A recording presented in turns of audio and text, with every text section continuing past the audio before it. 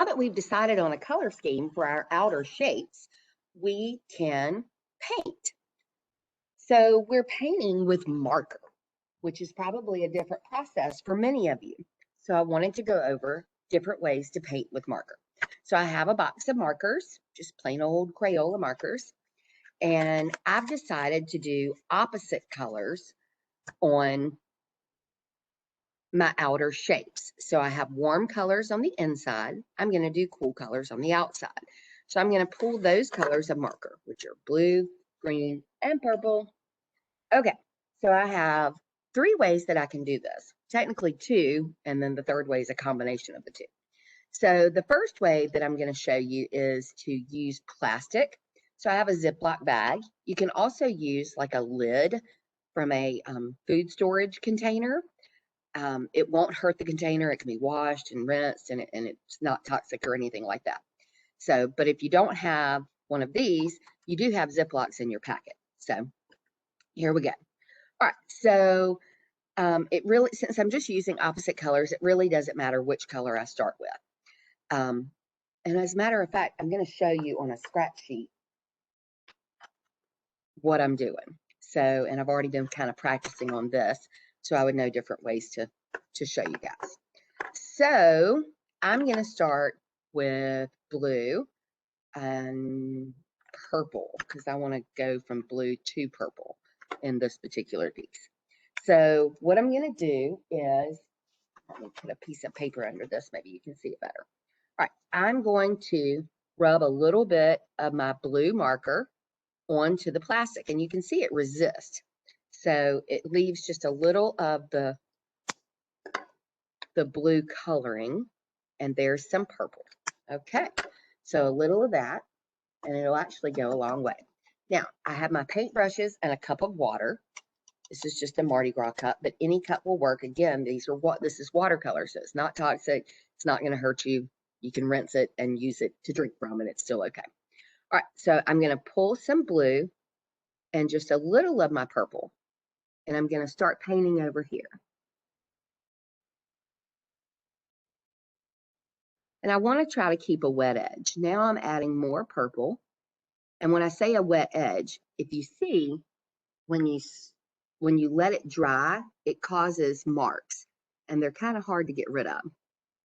So if you keep a wet edge, the marks aren't there. It's not as splotchy. But you know what? This is our first time doing this. So it is what it is. Sometimes the splotchiness looks even better. Okay, so that one is more of a blue violet, and I want my next one to be more violet.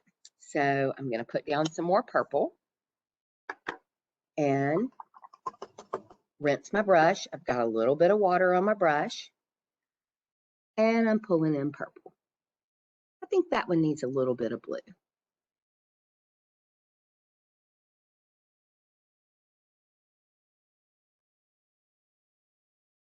Maybe I can work up to the purple. There we go. And so as I need more color, I just take my marker and add more to my either Ziploc, or I'll show you how it works on the plastic container, or to the plastic container. I do want to be careful not to go into these shapes, and it may actually be wise to color these shapes before I go around them.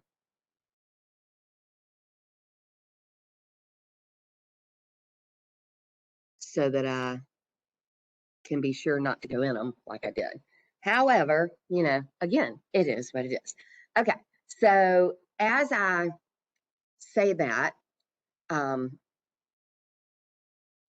did want to show you the other method, and I'm going to go on and color in these shapes. So this is going to go from blue to green, and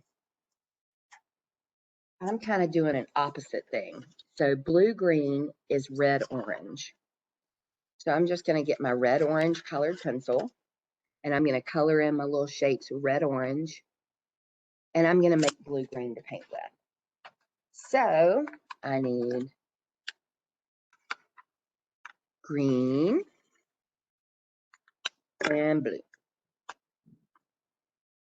Now, if I press down hard enough with my colored pencil, there should be enough wax in the colored pencil to resist the watercolor. So we'll see how that works. So again, I've got a little water on my brush. I'm picking up some blue and some green. And I'm gonna go on and just start painting with it. Yeah, I can go right on top of that colored pencil, so I don't have to really avoid those shapes so much if I color darkly enough. And then, of course, as I move, I'm working towards green.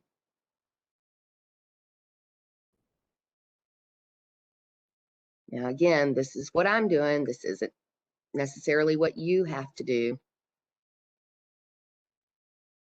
Okay, so that's the method of using plastic with your marker, all right? There's another method that you can do. And so this time, this is going to be blue. So I'm going to do my colored pencil first because we're doing the outer shapes with colored pencil. And so I'm going to go ahead and go darkly with my orange. And I'm going to do blue marker, which is why I'm doing my orange, because I'm doing an opposite thing.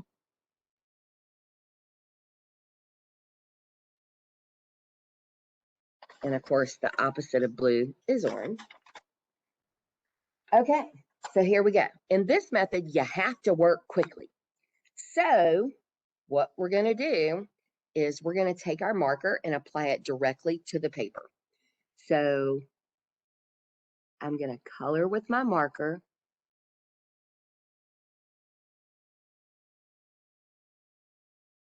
And very quickly, I'm going to grab my paintbrush and start pulling the blue into the rest of the shape.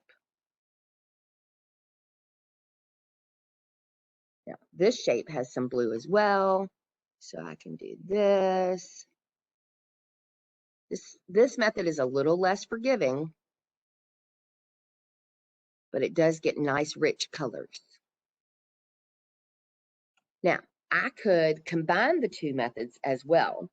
So I could, so in here, I'm going to go from green to blue-green. So I could, let's see. This has some of my palette, the plastic. I'm going to put a little more green here. And I'm also going to put some blue here with the marker. So I'm combining the two methods. So I'm going to go here with my marker.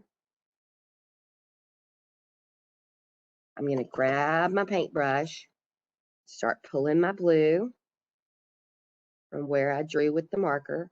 And then as I work towards the center, I'm going to pick up some green from my palette or from my plastic. And so I can combine the two methods. And those are the ways that we can do painting with marker. Hope it works out for you.